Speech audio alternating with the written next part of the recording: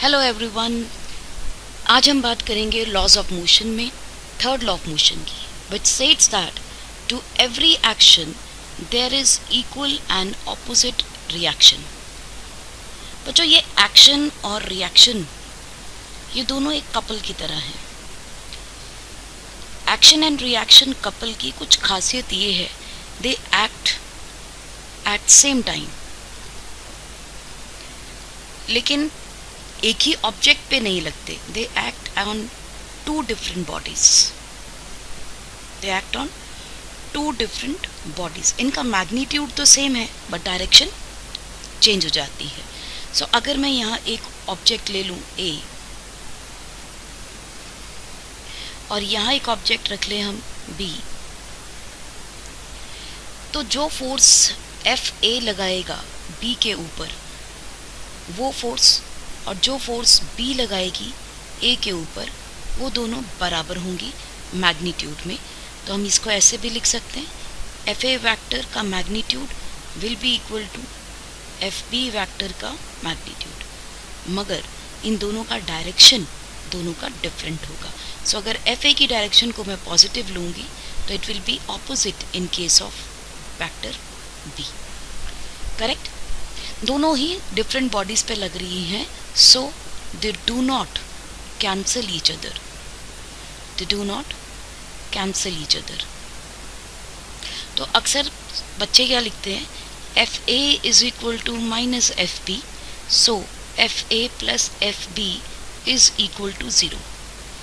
ये कंडीशन एक खास जगह पे एप्लीकेबल है, अदरवाइज ये एप्लीकेबल नहीं होगी। सो इसे हम यहाँ पर रूल आउट कर देंगे। देखते हैं ये कंडीशन कहाँ एप्लीकेबल है। F A plus F B is equal to zero is only applicable when these forces are acting within a system. Within a system मतलब ये कि अगर मेरे पास एक ऑब्जेक्ट है ए और एक ऑब्जेक्ट है बी, इन दोनों ऑब्जेक्ट्स को मैं एक सिस्टम मान लूँ। सिस्टम का मतलब हो गया, अब ये एक बॉक्स में मैंने फिक्स कर दिए, there is nothing going to act on it from external forces, यानी there is no external force. There is no, इसको ठीक से लिखते हैं, there is no external force, right. तो जो फोर्स यहाँ से ए लगाएगा और जो फोर्स यहाँ से बी लगाएगा, ये कहाँ है? सिस्टम के अंदर ही है। तो इस पूरे सिस्टम पे हमें कोई फोर्स नज़र नहीं आएगी। So that is the only condition जहाँ ये दोनों फोर्सेस एक दूसरे को बैलेंस करेंगी, क्योंकि ये सिस्टम के अंदर है। Now the system is the one single object, it's consider as one object. तो जब फोर्सेस एक ही ऑब्जेक्ट पे लगती हैं, जब फोर्सेस एक ही ऑब्जेक्ट पे लग रही हों, ऐसे या ऐसे, अब मैं इसको एफ ए मान लेती हूँ, इसको एफ बी मान लेती हूँ। Now they are acting on a single object, so they will balance each other, they will balance each other. As a result they together will be forming the net force to be zero.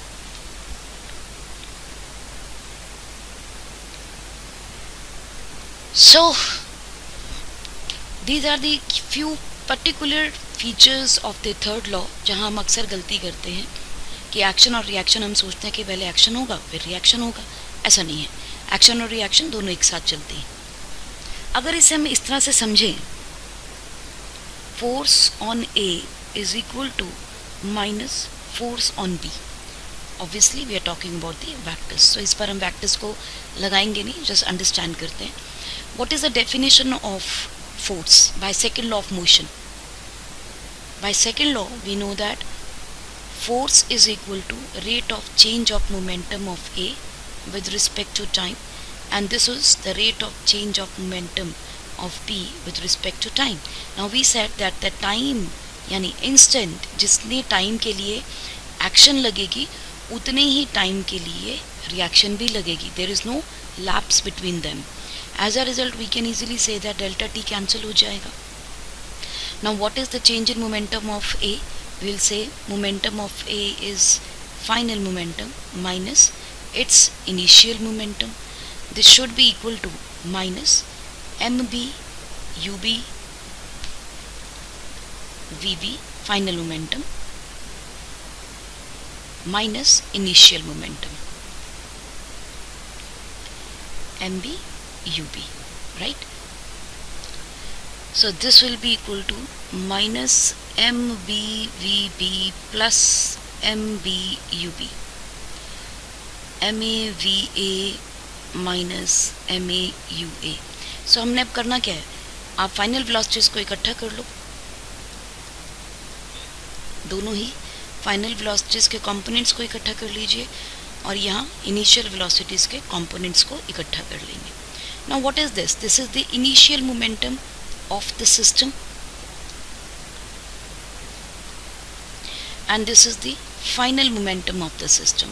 So can we say that Pf minus Pi is equal to 0? क्योंकि हम बात कर रहे हैं किसकी? System की.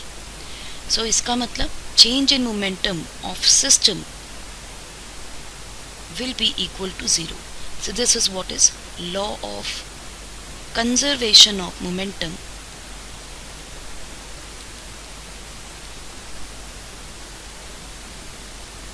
in a given isolated system. Isolated system का मतलब इसके ऊपर बाहर से कोई भी फोर्स नहीं लगी है. There is no external force. So isolated system का मतलब उसके पास और कोई बाहर की फोर्स नहीं है. अगर ऐसा होगा तभी law of conservation of momentum applicable होगा. आओ जरा एक एग्जाम्पल देखते हैं आपकी एनसीईआरटी से. Look at this question. इस क्वेश्चन में ये कहा गया है that there are two identical balls strike on a rigid wall with the same speed but different angles and get reflected without any change in speed. So there is no change in speed. Get reflected. Reflected का मतलब क्या हो गया? Reflected का मतलब हो गया that there is a change in direction of velocity.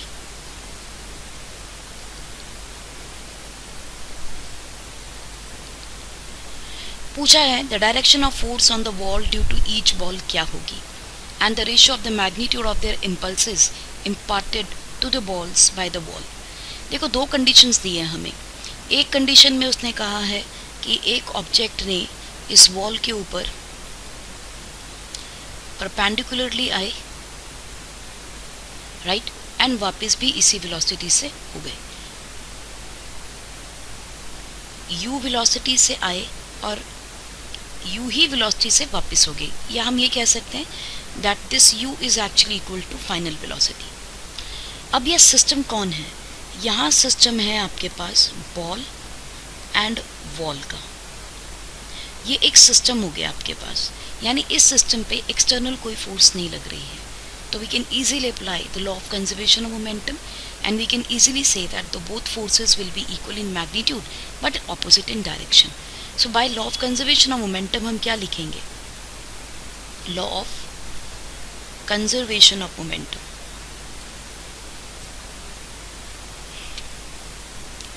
So delta P will be equal to P final minus P initial. What is P final? P final की कंडीशन है आपके पास mv minus mu, but we have not taken the correct signs. So अगर हम u को positive direction मान लें तो v की डायरेक्शन कैसी हो जाएगी? नेगेटिव. सो यहाँ अप्लाई करेंगे proper science by applying six science for vectors. Minus m और v की वैल्यू कितनी बोली आपने? u के बराबर है. So minus mu minus mu. In this case the change in momentum will be twice of mu.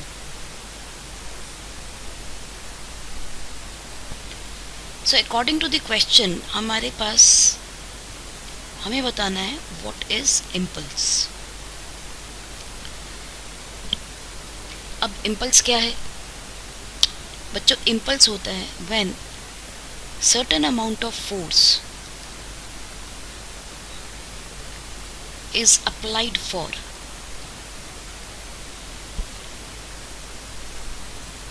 a given time period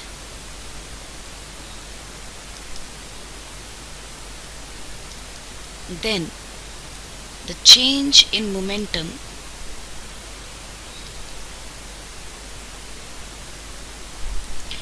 is called impulse.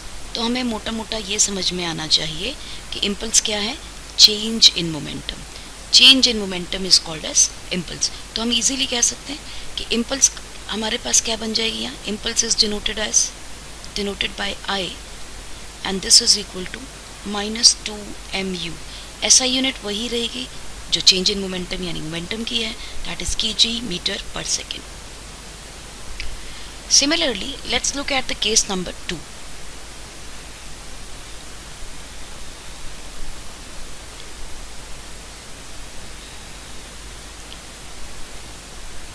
Case number 2 के अंदर उसने हमें, let's just copy that diagram. तो case number 2 के लिए उसने हमसे कहा कि भाई अब मेरे पास जो ऑब्जेक्ट है वो किसी एंगल से आ रहा है. लुक एट दिस एंगल, किसी एंगल से है, तो इसके हम वेक्टर कंपोनेंट बना लेंगे. एक वेक्टर ये रहेगा और दूसरा वेक्टर ये हो जाएगा. इन केस ऑफ u तो मेरे पास क्या बन गई, ये कंपोनेंट हो जाएगा u sin 30 degree and this component will be u cos 30 degree. Correct. Similarly हम लोग v के जो वापस रिफ्लेक्ट होके गई है उसके भी कंपोनेंट बना लेंगे. ये आ जाएगा आपके पास u sin 30 degree and it is also going back which is also equal to u cos 30 degree. ये हमारे पास v की वैल्यू दी गई है और ये वैल्यूज़ हमारे पास u की दी गई है. u के दोनों कंपोनेंट, ये y कंपोनेंट, ये x कंपोनेंट और ये वेलोसिटी के आपके x component and y component आ गया. राइट. अब उसने पूछा है इस केस में भी बता दीजिए इम्पल्स क्या होगा. सो इम्पल्स का फॉर्मूला आपके पास क्या था, impulse is equal to force into time, that is change in momentum. तो हम दोनों कंपोनेंट्स में चेंज देख लेंगे. पहले हम y एक्सिस में देखते हैं what is the change. For y axis हम कहेंगे delta p is equal to p final minus p initial.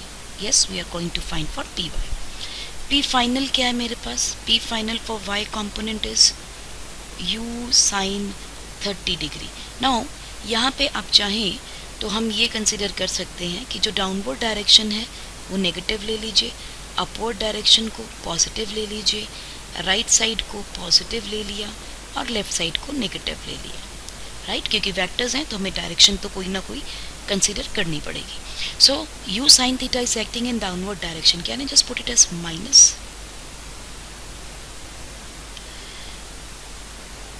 Minus p initial क्या है आपके पास, u sin 30 डिग्री अगेन. अब देखिए ये भी डाउनवर्ड है तो ये भी नेगेटिव हो जाएगा. So we can say that minus u sin 30 degree plus u sin 30 degree, इसका मतलब क्या हो गया, ज़ीरो. सो पी वाई का कंपोनेंट तो हो गया ज़ीरो, जिसकी वजह से कोई फोर्स का इम्पैक्ट हमें नहीं मिलेगा. सिमिलरली अब हम देख लेते हैं पी एक्स के कंपोनेंट्स में क्या आएगा. Delta P X is equal to again P final minus P initial. P initial फिर फाइनल क्या हो जाएगी आपके पास, P final in X direction is U cos 30 degree, U cos 30 degree V X. Right. So हमारे आएगा, और ये कौन सी डायरेक्शन में, नेगेटिव में है. So minus M U cos 30 degree minus, अब देखिए यू एक्स की डायरेक्शन क्या है, यू एक्स की डायरेक्शन राइट हैंड साइड पे है इन दिस डायरेक्शन. सो इसका मतलब ये पॉजिटिव रहेगा. So we can just side M U cos 30 degree once again. So हमारे पास आ गया minus 2mu cos 30 degree is the change in momentum और द इम्पल्स. सो हमारे क्वेश्चन में उसने दो चीज़ें पूछी थी हमसे कि direction of force on the wall due to each ball क्या होगी। तो हमने देखा कि वाई कॉम्पोनेंट की वजह से तो कुछ भी नहीं हुआ। सो जो इम्पल्स हमने इम्पार्ट किया, impulse is the force on the wall. Wall के ऊपर जो फोर्स लग रही है कौन सी डायरेक्शन में, राइट हैंड साइड में, विच इज़ पॉजिटिव। वैल्यू क्या हो जाएगी 2mu cos 30 degree. Why we are saying कि चेंज इन मोमेंटम को ही फोर्स मान लें, क्योंकि टाइम पीरियड सेम है। अगर आपको टाइम पीरियड गिवन हो, we can just put the value, कितने टाइम के लिए फोर्स लगी है। तो आप मोमेंटम डिवाइडेड बाय टाइम लिखेंगे तो क्या बन जाएगा, आपके पास फोर्स बन जाएगी, right. So this is the force acting on the wall in 1 second. क्योंकि आपको वेलोसिटी दी है, velocity is metre per second, यानी they are talking about just 1 second. Second उसने पूछा है आपसे क्वेश्चन में, what is the ratio of the impulses in the both cases. तो हमारे पास पहले केस के इम्पल्स कितनी आई है, केस नंबर 1 की इम्पल्स थी -2mu, और केस 2 की कंडीशन में हमारे पास आई है -2mu cos 30 degree. They are asking you to take the ratio, तो ले लीजिए। Impulse 1 upon impulse 2 is equal to -2mu divided by -2mu cos 30 degree. तो -2mu कट जाएगा, cos 30 की वैल्यू होती है √3/2। सो ये आ जाएगा impulse 1 by impulse 2 is equal to 2/√3। And if you want to take the ratio of I2/1, it will be √3/2. Let's go to the next point, that is equilibrium for particle.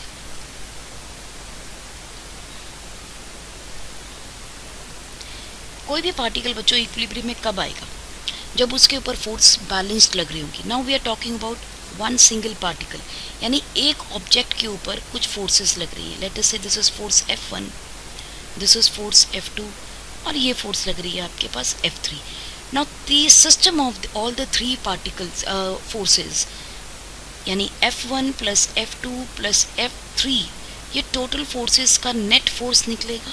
हमने कहा कि अगर ये फोर्स नेट फोर्स 0 हो जाए, then particle will be in equilibrium. In equilibrium तो हमने जब चैप्टर नंबर 3 पढ़ा था, तब हमने वेक्टर्स समझे थे।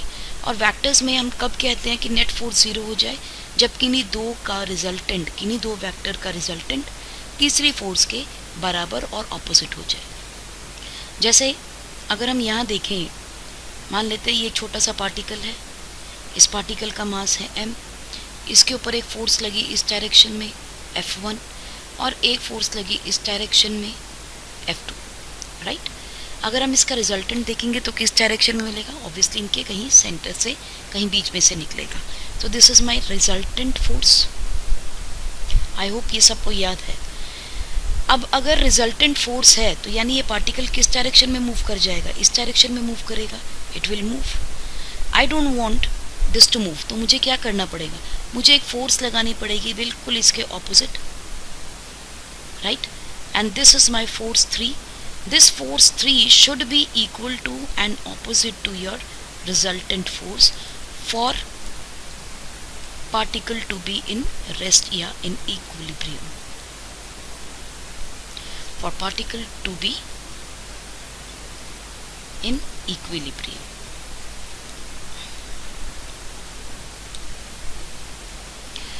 इसे हम ऐसे भी कह सकते हैं कि there are balanced forces. Balanced forces मान लेते हैं आपके पास एक ऑब्जेक्ट है,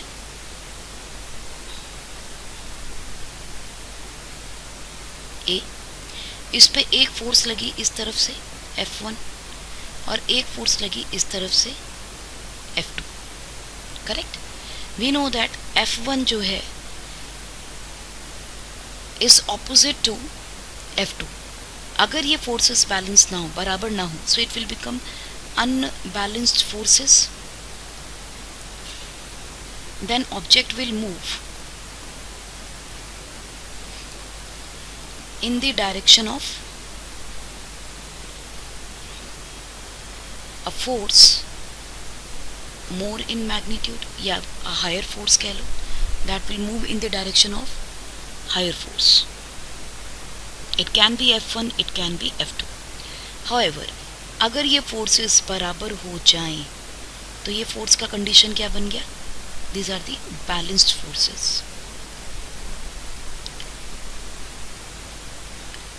और बैलेंस्ड फोर्सेस के केस के अंदर पार्टिकल में कोई मूवमेंट नहीं आएगा. Particle will not move. This is the condition of equilibrium.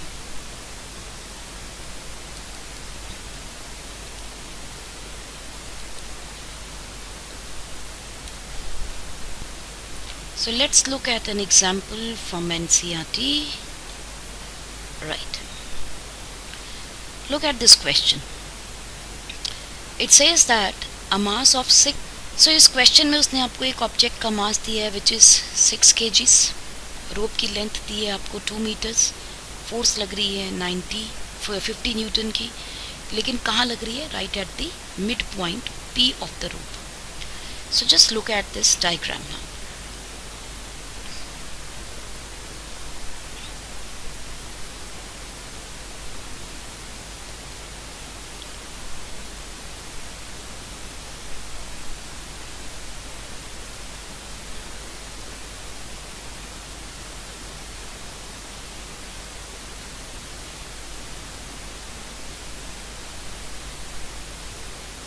इस पार्ट पे आपने लगाई है. रोप की टोटल लेंथ है आपके पास, जस्ट इसको हटा देते हैं अभी. रोप की टोटल लेंथ आपको दी है 1 मीटर 2 मीटर की, यानी 1 मीटर ये डिस्टेंस हो जाएगा, 1 मीटर डिस्टेंस ये हो गया आपके पास. बिल्कुल बीच में से आपने फोर्स लगाई एक which is 50 Newton acting on the right hand side. String है तो टेंशन भी आएगा, टेंशन इसको ऊपर की तरफ खींचेगा. ये वेट टंगा है और एक बीच में स्ट्रिंग और है, क्योंकि ये स्ट्रिंग को आपने बिल्कुल सेंटर में से पुश की है, तो इसका एक वेट नीचे की तरफ लग रहा होगा. दैट इज़ 60 kg की जगह 60 न्यूटन दिया है, यानी 6 kg का मास है. So let's look at the diagram. ये रही आपके पास एक रोप, एक स्ट्रिंग, और इस स्ट्रिंग पे यहाँ आपने फोर्स अप्लाई की है. Rest of the string is hanging, और यहाँ आपने एक वेट लगाया है. इस वेट के ऊपर आपने मास लिया है 6 kg का. इस पॉइंट P पे हमने एक फोर्स लगाई है जो हॉरिजॉन्टली लग रही है, दैट इज़ 50 न्यूटन. स्ट्रिंग है तो स्ट्रिंग में टेंशन होती है. Tension is always away from the point of observation. यहाँ भी टेंशन डाउनवर्ड लगेगी एट पॉइंट P. और अगर 6 kg पे देखें तो 6 kg पे एक फोर्स नीचे लग रही है, दैट इज़ 6G, और अपवर्ड यही टेंशन लग रही होगी. तो यहाँ टेंशन है 1, यहाँ है टेंशन 2, क्योंकि आपने इस पॉइंट पे फोर्स लगाई है. नाउ हमसे पूछा गया है कि पहले स्ट्रिंग सीधी थी, अब स्ट्रिंग टेढ़ी है, तो ये बताइए जो थीटा है ये क्या होगा. तो हमने कहा ठीक है जी, हम इसके कुछ कंपोनेंट्स बना लेंगे. एक कंपोनेंट हमने ये बनाया, that is t cos theta, और दूसरा परपेंडिकुलर कंपोनेंट बनेगा यानी t sin थीटा. करेक्ट. अब हमारे पास पॉइंट ऑफ ऑब्जर्वेशंस 2 हैं. एक पॉइंट ऑफ ऑब्जर्वेशन ये भी आएगा और एक आप देख रहे हो इस पे भी आएगा, तो दोनों के अलग अलग आप FPD बना लो. तो मैं पहले P पॉइंट का बना रही हूँ. P पॉइंट के पास एक फोर्स लग रही है ऊपर की तरफ, that is t cos theta. एक फोर्स नीचे की लग रही है, दैट इज़ T2. यहाँ T1 कर लेते हैं, T1. दूसरी फोर्स कहाँ लग रही है? 50 न्यूटन की on right hand side, and backward लग रही है T1 sin theta. And particle P is in equilibrium. ये हमें क्वेश्चन में दिया गया है. Look at this. क्वेश्चन में कहा है the vertical and the angle makes with the vertical in equilibrium. तो हम इस समय इक्विलिब्रियम की कंडीशन में हैं. सिमिलरली हम फ्री बॉडी डायग्राम बना लेते हैं हमारा 6 kg का भी. सो ये फोर्स इसके पास डाउनवर्ड लगेगी 60 न्यूटन की, और अपवर्ड एक फोर्स लगेगी tension which is equal to T2. Right, 2 equations बन जाएंगी. सो यहाँ से बेसिकली हमें T2 की वैल्यू मिल जाएगी. T2 इज़ इक्वल टू 60, तो ये वैल्यू यहाँ आप सब्स्टिट्यूट कर लीजिए 60. T sin थीटा अगर हम देखें तो T2 is coming out to be T cos theta and T1 is coming out T1 sin theta comes out to be 50 Newton. Right? T1 cos. और अगर हम इस पार्टिकल P को और क्लोजली ऑब्जर्व करें तो ये एक फोर्स लग रही है आपके पास पीछे की तरफ T2, ये फोर्स लग रही थी आपके पास 50 न्यूटन, और अभी हमने कैलकुलेट किया कि 60 न्यूटन की ही फोर्स इसके पास नीचे की तरफ भी लग रही है एट पॉइंट P। तो अगर इस पार्टिकल को इक्विलिब्रियम में रहना है तो इसका मतलब T2 जो आपके पास T2 की T1 नॉट T2 T1, तो ये T1 की फोर्स लग रही है, अगर इसके बराबर की फोर्स ऑपोजिट डायरेक्शन में लग जाए तो ये पार्टिकल इक्विलिब्रियम में आ जाएगा। T2 बोलिए ठीक है, या इसे हम ये कह सकते हैं rather than saying T2 we should say resultant force. किसका रिजल्टेंट फोर्स है? 50 न्यूटन और 60 न्यूटन का है। आपको ये एंगल फाइंड आउट करना है थीटा विद द नॉर्मल, तो मुझे ये एंगल फाइंड आउट करना होगा। इसका मतलब मेरा जो रिजल्टेंट है वो 60 न्यूटन को बेस लेके चलेगा। तो if you remember from the vector positions हम क्या लिखते हैं? हम कहते हैं this tan theta will be equal to perpendicular upon base. What is the perpendicular? That is 50 Newton. Base is 60 Newton. So tan theta will be equal to tan inverse 50 by 60. And that's the angle that we need to find out. आइए समझते हैं कुछ other common forces जो हमें consider करनी है during the concept of third law of motion, जो हमारे पास नॉर्मली देखने मिलेंगे। सम कॉमन फोर्सेस, इसमें जो फोर्सेस हमें कंसिडर करनी है that is number 1 is viscous force, number 2 frictional force,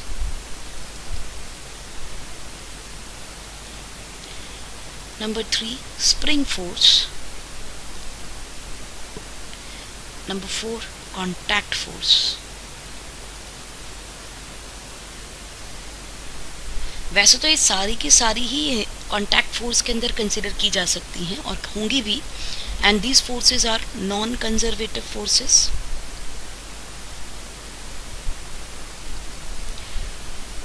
non conservative forces क्यों? These forces do not depend on initial and final position, rather these forces depend on the path followed. So conservative forces वो forces होती हैं जो path पे depend नहीं करती हैं, जैसे gravitational force, electrical force, they only depend upon the distance right from the initial and the final position. सो अगर हम ग्रेविटी में बात करते थे तो हमने क्या कहा था? Gravitational force is equal to G(m)m upon r का square. What is this r? This is the distance between the centres of two bodies.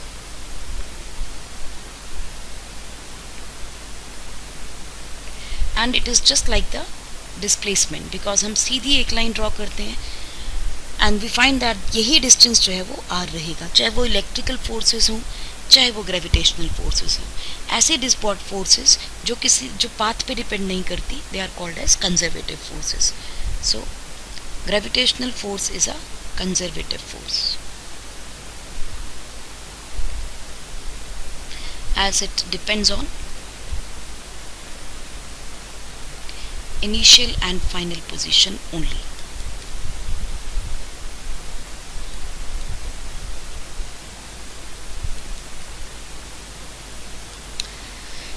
आइए सबसे पहले बात करते हैं फ्रिक्शनल फोर्स के ऊपर, पूरा टॉपिक पढ़ेंगे। विस्कस फोर्स थोड़ी सी समझते हैं, वैसे हम ये सारी चीज़ें फ्लूइड मैकेनिक्स में ज़्यादा अच्छे से डिटेल में लेंगे। So let's understand what is the viscous force. Viscous force is the frictional force between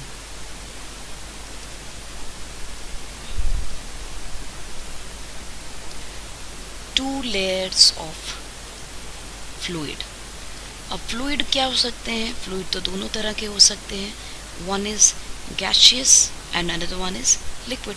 इन दोनों ही कंडीशन में जो फ्रिक्शन कंसिडर की जाती है उसका नाम है विस्कस फोर्स. जब कोई भी एक लेयर फ्लूइड की दूसरी लेयर के ऊपर मूव करती है, let's just take it little move. तो इन दिस केस अगर ये लेयर मूव करना चाहती है in forward direction, let us से, तो ये वाली लेयर इसके साथ जब रब करेगी तो इसके ऊपर एक फ्रिक्शन लगती है, एक फोर्स लगेगी जो इसे बैकवर्ड मूव करना चाहेगी. And this friction, this force of friction between 2 layers of fluid is called as viscous force. Just like अगर हम किसी एक टम्बलर को लेते हैं और उसमें हम पानी जो है उसको व्हर्ल कर ले, घुमा दे, so after some time water comes at rest. It is just because of viscous force.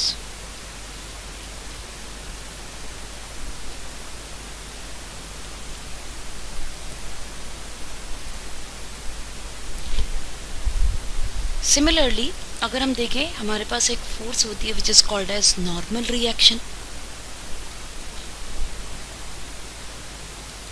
Normal reaction क्या होता है?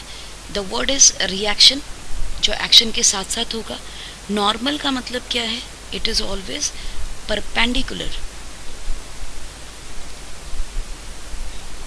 To the surface at the point of contact.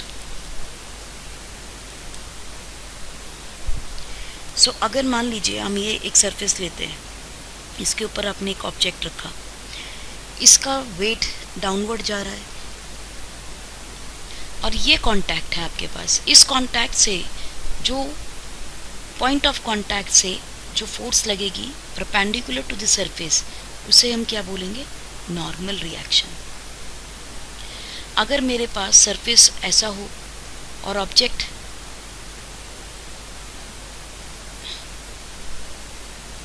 ऐसे पड़ा हो तो वेट तो अभी भी डाउनवर्ड ही लगने वाला है, क्योंकि it is always directed toward the earth. Gravity centre of the earth की तरफ डायरेक्टेड होगा. लेकिन नॉर्मल रिएक्शन कैसे लगेगा? यहाँ नॉर्मल रिएक्शन लगेगा इस तरीके से. So it is going to be perpendicular to the point of contact. अगर मेरा पास ऑब्जेक्ट कुछ ऐसे हो, placed in this place like this, तो मैंने कहा ये पॉइंट ऑफ कॉन्टैक्ट है अगर, तो मेरे पास नॉर्मल कैसा लगेगा? Like this. और मान लेते हैं वेट का लग रहा है, मैंने कहा वेट डाउनवर्ड लगेगा. So there has to be a difference, यानी एक एंगल का फ़र्क पड़ जाएगा. तो यहाँ देखो, यहाँ भी एक एंगल का फ़र्क पड़ेगा.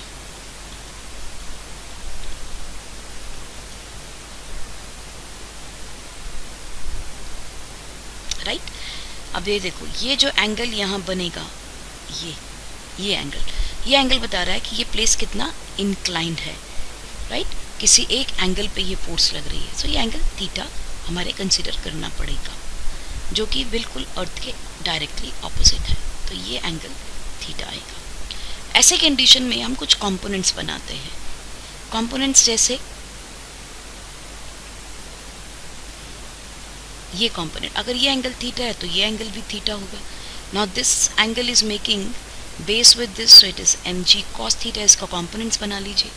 ये एंगल पे क्या बन जाएगा? mg sin theta. राइट.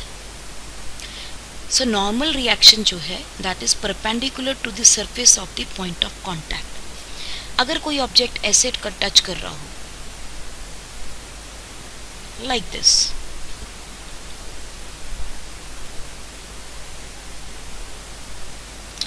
तो इस केस में भी आप देखोगे weight is still acting downward, mg. लेकिन पॉइंट ऑफ कांटेक्ट पे आपके पास नॉर्मल रिएक्शन कैसी है? Like this will be the normal reaction. I hope you आपकी समझ में आ गई है कि नॉर्मल जो है it is always perpendicular to the surface. अब ये देखो, जैसे ये है, ये एक वॉल है. इस वॉल के ऊपर एक ऑब्जेक्ट आप स्टिक करना चाह रहे थे, लेट अस से कोई भी बॉक्स है आपके हाथ में, तो इसका वेट कहाँ लगेगा? वेट तो लगा डाउनवर्ड mg, लेकिन नॉर्मल रिएक्शन कहाँ लगेगा भाई? पॉइंट ऑफ कांटेक्ट ये है, उसके परपेंडिकुलर लगना चाहिए, तो नॉर्मल रिएक्शन यहाँ लगेगा, राइट। नेक्स्ट फोर्स आपके पास आती है, दैट इज स्प्रिंग फोर्स।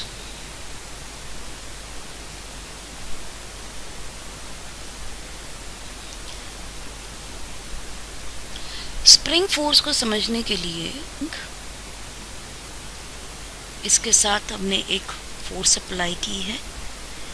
अगर हम इस स्प्रिंग की एक्सटेंशन करना चाहते हैं, जब फोर्स अप्लाई करोगे तो स्प्रिंग खींचेगा, खींचने के बाद थोड़ा खुल जाएगा, it will reach up to this place. तो अगर हम ये कंडीशन मान लें, यहाँ से स्प्रिंग की लेंथ को कंसिडर कर लें, दिस डिस्टेंस इज L, तो अब ये डिस्टेंस कितना हो जाएगा आपके पास? L dash.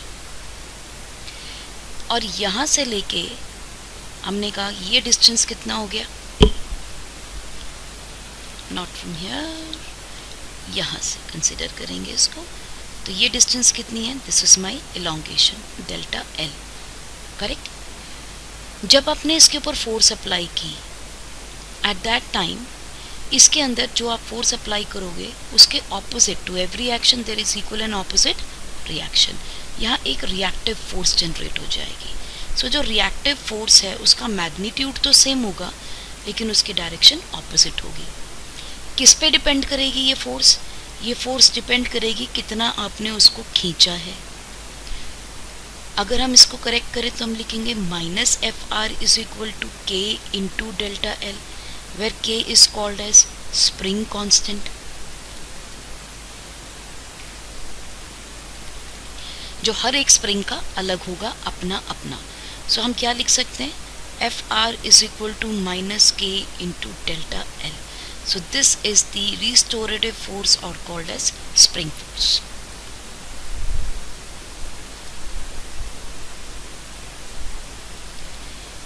जैसे हमने रेजिस्टेंस की थी, वैसे ही हम स्प्रिंग्स को भी देखते हैं।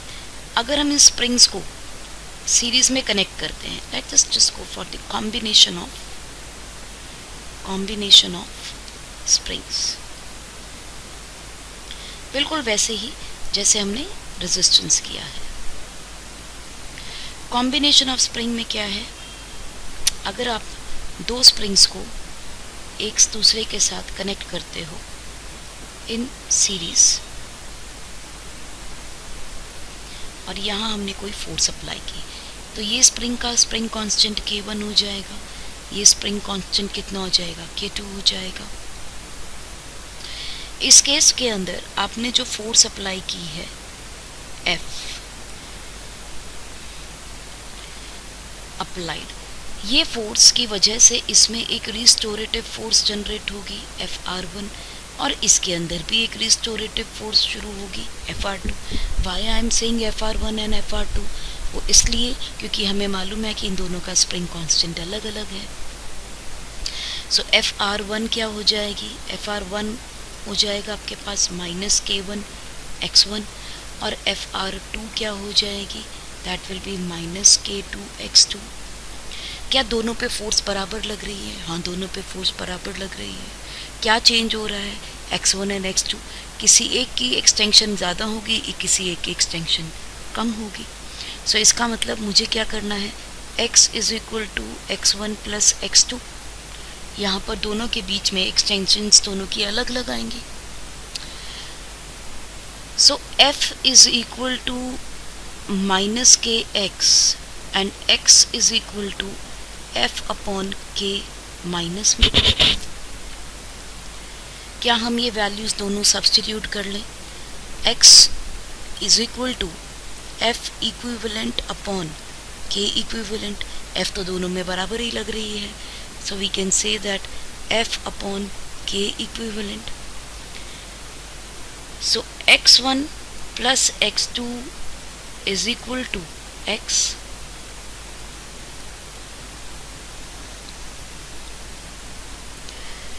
f upon k equivalent is equal to minus में ये भी minus F upon K1 minus f upon K2, taking minus common from both the sides, minus f common, minus खाली क्यों लेना, हम माइनस f कॉमन ले लेते हैं. ठीक, तो हम क्या लिखेंगे, minus f equivalent k is equal to minus f 1 upon K1 plus 1 upon K2. f से f कैंसिल हो जाएगा, we get 1k is equal to 1 upon K1 plus 1 upon K2. So the k equivalent will be equal to K1 plus K2 divided by K1 K2. So k equivalent is equal to K1 K2 by K1 plus K2. This you will find in parallel combination, series combination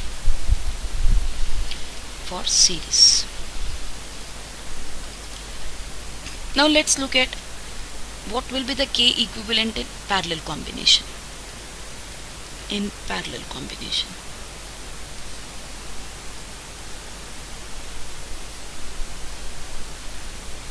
हमें पता है इसका value K1, इसकी value K2 होगी.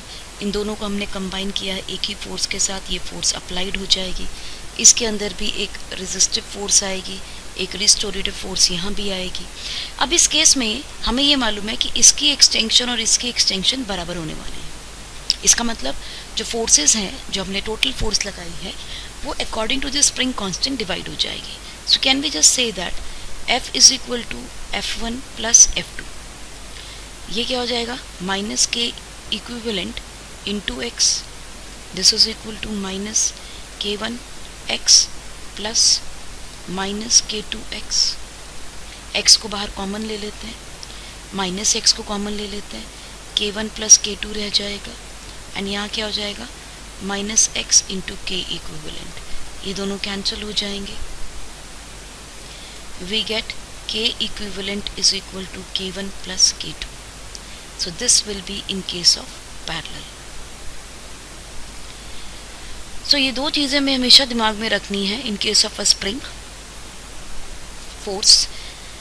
K equivalent in series is equal to K1 K2 by K1 plus K2, and K equivalent in parallel is equal to K1 plus K2.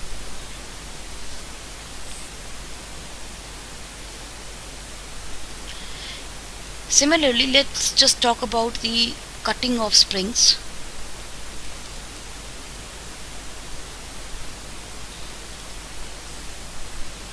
Cutting of spring में क्या कहना चाह रहे हैं कि अगर आपके पास एक स्प्रिंग है, ठीक, इसकी स्प्रिंग कांस्टेंट है K, इसकी टोटल लेंथ है L.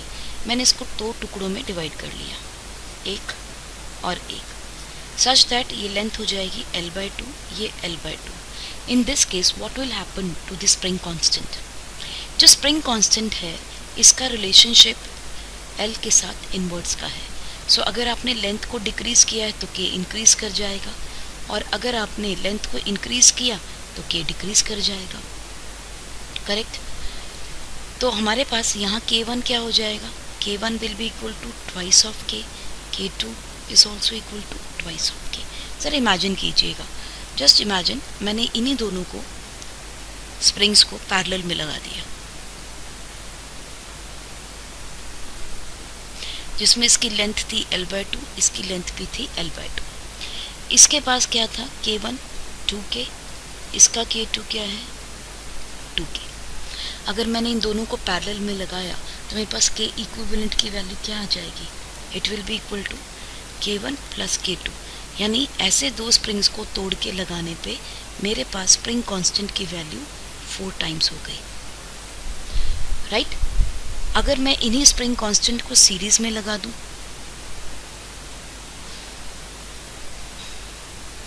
इन दोनों को मैंने सीरीज में लगाया, इसकी वैल्यू होगी 2K, ये भी वैल्यू 2K, इसकी लेंथ L/2, इसकी लेंथ L/2. तो ज़रा बताइए नेट लेंथ कितनी हो जाएगी. Net length will be L/2 plus L/2. Simple algebraic sum, total length L हो गया. के इक्विवेलेंट क्या हो जाएगा, K1 K2 divided by K1 plus K2। तो आइए देखें क्या आता है। This is 2K multiplied by 2K divided by 2K plus 2K। This is equal to 4K का square divided by 4K, cancel हो गया, you get back K combination. So वापस हमें वही चीज़ मिल जाएगी जहाँ से शुरू किया। सो this is what is the cutting of spring. यहीं पर हम एक फोर्स और की बात कर लेते हैं जो आपने पहले भी पढ़ी है क्लास 9 में, that is the point force.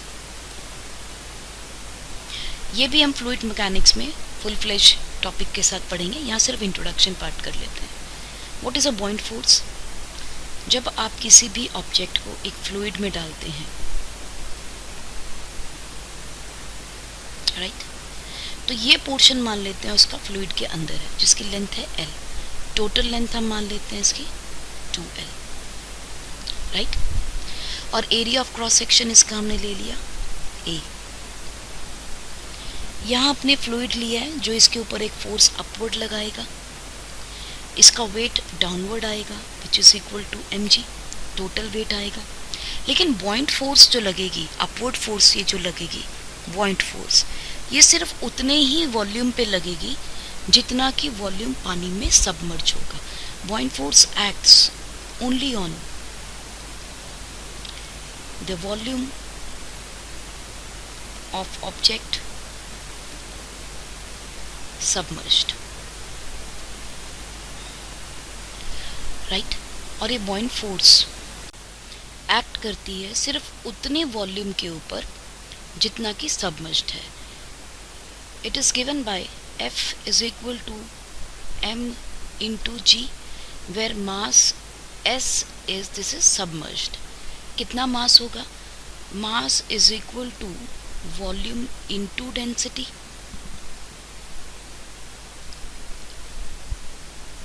Now what is the volume submerged? Area of cross section में तो कोई चेंज नहीं है, लेकिन जो लेंथ सबमर्ज्ड है वो कौन सी है? L। और डेंसिटी किसकी लेंगे? डेंसिटी ऑफ फ्लूइड, जिस फ्लूइड के अंदर वो सबमर्ज कर रहा है। तो density of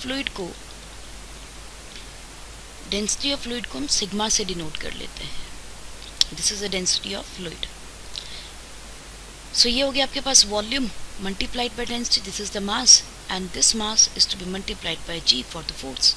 so you get V sigma into G, this is the point force applied by fluid to the object। Object कितनी फोर्स लगा रहा है? m into G. What is this? Force by object कितनी लग रही है? उसका mass into जी। मास क्या हो जाएगा?